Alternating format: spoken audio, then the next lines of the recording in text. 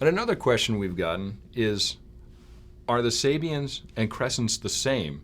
And are people just buying a Sabian when they buy a crescent? And I can say, definitely not. You came up with your own designs, your own sounds, specifications, and although we have the techniques and the ability to make those, they're different from what we're making. And we're actually learning quite a bit from your ideas. Well, thank you. What would be the point, right? Right. We don't need to make Sabian cymbals. Sabian does a very good job of that all by themselves. Yeah, thanks. And we started with an idea of a sound palette. Yeah. The reason we make them by hand is not because we think that's the only way to make a decent cymbal. It's because that's the way you make our cymbals. Right. That's the way you get that sound. And so it's entirely possible and likely, and is the fact, that a Sabian cymbal will not be a crescent cymbal.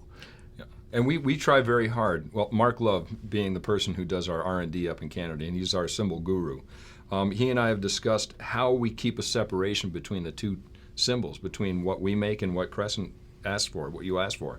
And we are very cognizant of keeping that separation. So, well, when Mark and I were working on the Element series, Yep. I had the privilege of working with him over many months on Yeah. this new series. We were cognizant of that too. This is what I'm looking for, Mark. You tell me if this steps on any Sabian toes, because if you're making this, we don't want to. right. To that end, I've always said when I go to the trade shows and I walk around and look at everybody's booths, Yeah. like we all do, Yep. I'm not looking to copy them. I'm looking what not to do. Well, you're different from most cymbal companies. I I hope can so. say that because, boy, have we been copied. Oh, man. have So been we, copied. yeah, so we. But you know, and having the artisans that we have up in Canada, it's simple for them to understand the difference between the two types. Not only in the hammering, those guys understand that you have different type of patterns for what you're looking for and different type of patterns for what we do, but also in the lathing.